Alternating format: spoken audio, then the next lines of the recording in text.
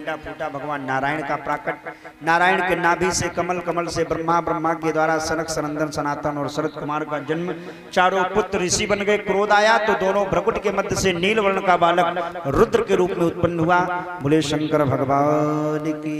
एकादश रुद्रों में रुद्र का नाम, और उनके द्वारा ये कई प्रकार की को मुखहीन विपुल मुख काहू ऐसी सृष्टि, भूत प्रेत पिशाच की सृष्टि बनाई गई।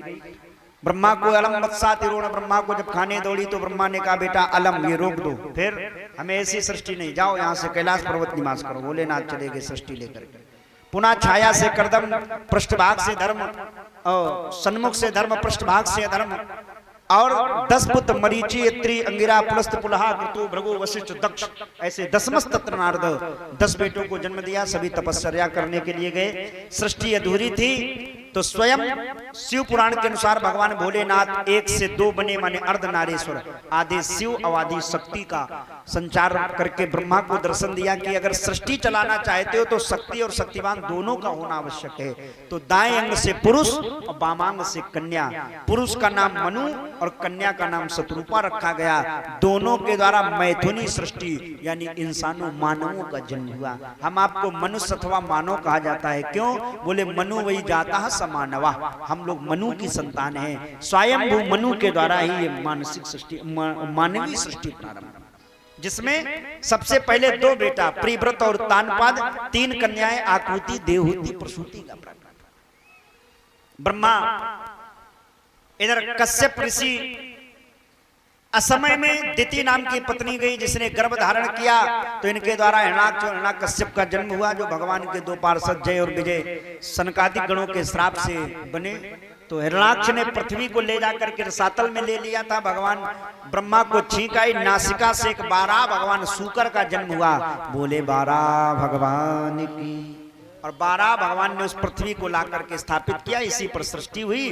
करदम जी तपस्या कर रहे थे, भगवान ने दर्शन दिया, कहा मांगो बेटा क्या चाहिए, 10,000 वर्ष से तपस्या कर रहे हो, हम प्रसन्न है तुम्हारी भक्ति से, जो मांगोगे दे देंगे।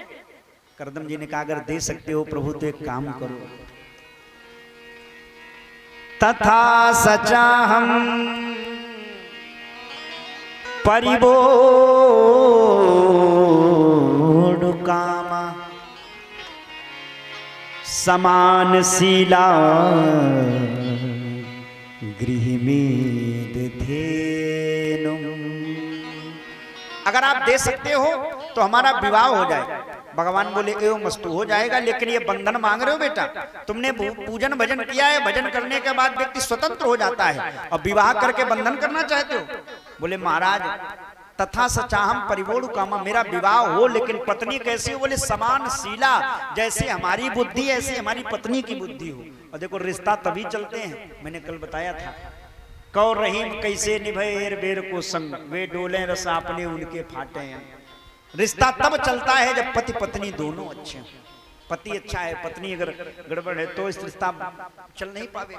पत्नी अच्छी, पति का मानसिक संतुलन ठीक नहीं तो भी नहीं चलने वाला है। तो हमने जो मांगा है, मेरी पत्नी जो हो वो समानशीला, मेरी जैसी बुद्धि वाली हो। एवं मस्तु कह दिया, विवाह भी हो जाएगा। कब होगा? बोले परसों हो जाएगा, डेट भी सुनिश्चित कर दी। महाराज तो एक वरदान और मांग ले। भगवान बोले मांग लो, मौका है, आज खड़े हैं, मांग लो जब तक इच्छा हो।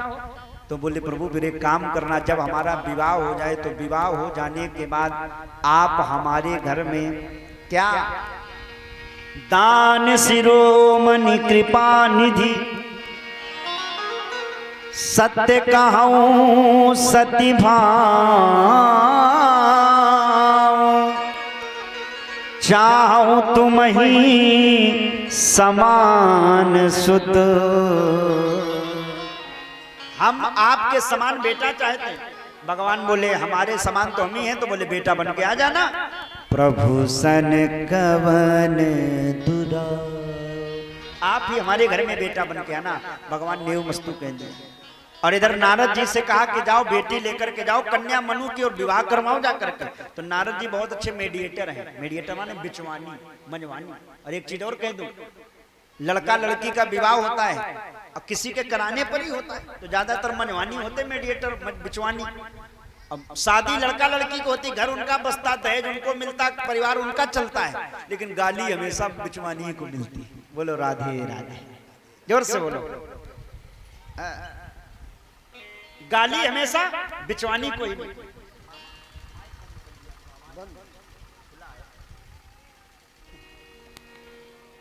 चुटकुनू वाला माइक देना कल से बंद हो जाएगा।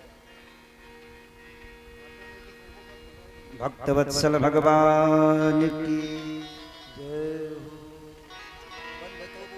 हम चाहते हैं कि ऐसा विवाह हो, अब वो भगवान ने कह भी दिया।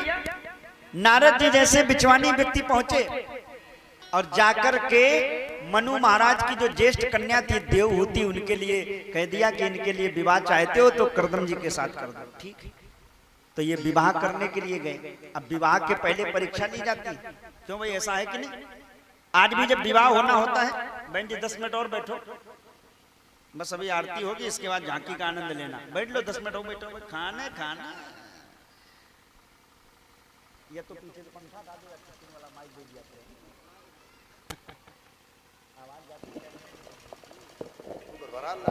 भक्तवत्सल भगवान की जय हो।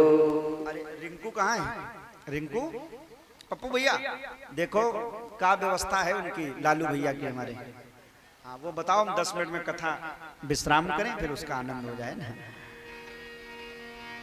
कर्दम महाराज ने जिस समय परीक्षा ली, मनु शत्रुपा देवहूति को लेकर के गए बेटी को, तो परीक्षा लेने के लिए 3 आसन बिछाए, एक पर देवहूति, एक पर मनु, एक पर शत्रुपा। लेकिन शत्रुपा मनु तो बैठ गए, देवहूति नहीं बैठे। क्यों? उसने विचार किया ये हमारे होने वाले पति हैं, और पति के द्वारा बिछाए गए आसन पर हम कैसे बैठे? तो बैठी रही, लेकिन दाया हाथ जो था,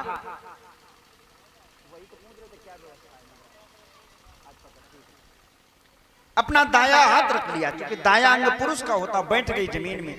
कर्दम जी बोले हमारे सुयोग कन्या है ये। और कर्दम जी ने वही किया। जब विवाह का समय आया तो मनु महाराज ने अपनी बेटी का हाथ लिया, और बेटी का हाथ लेकर कर्दम जी के हाथ में रखा, अपने सर की पगड़ी उतारी। और ये आज भी स्थिति बनती है, जो पिता कन्यादान करता है, मैंने कई बार देखा ना, अपने कुंवर माने दामाद जमाई, उसके सर पर पिता अपने सर की पगड़ी उतार करके रख देता है, पैरों में गिर जाता है कि ये मेरी बेटी अबोध है, छोटी है।